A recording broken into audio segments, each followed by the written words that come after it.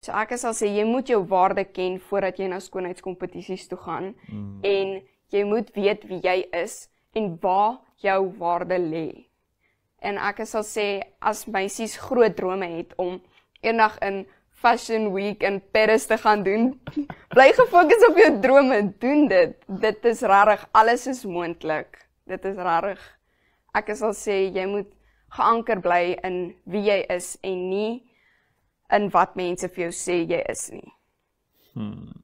Wel, dis nie waar ek teen kan stry nie. Ek is nog nooit in 'n skoonheidskompetisie nie. Jy sal groen, François. Ja, nee, ek is nog groen. Alhoewel ek dra wit. Die ander ding wat ek op wil dra is, waar kan die jeug inkom in jou programme verhoop?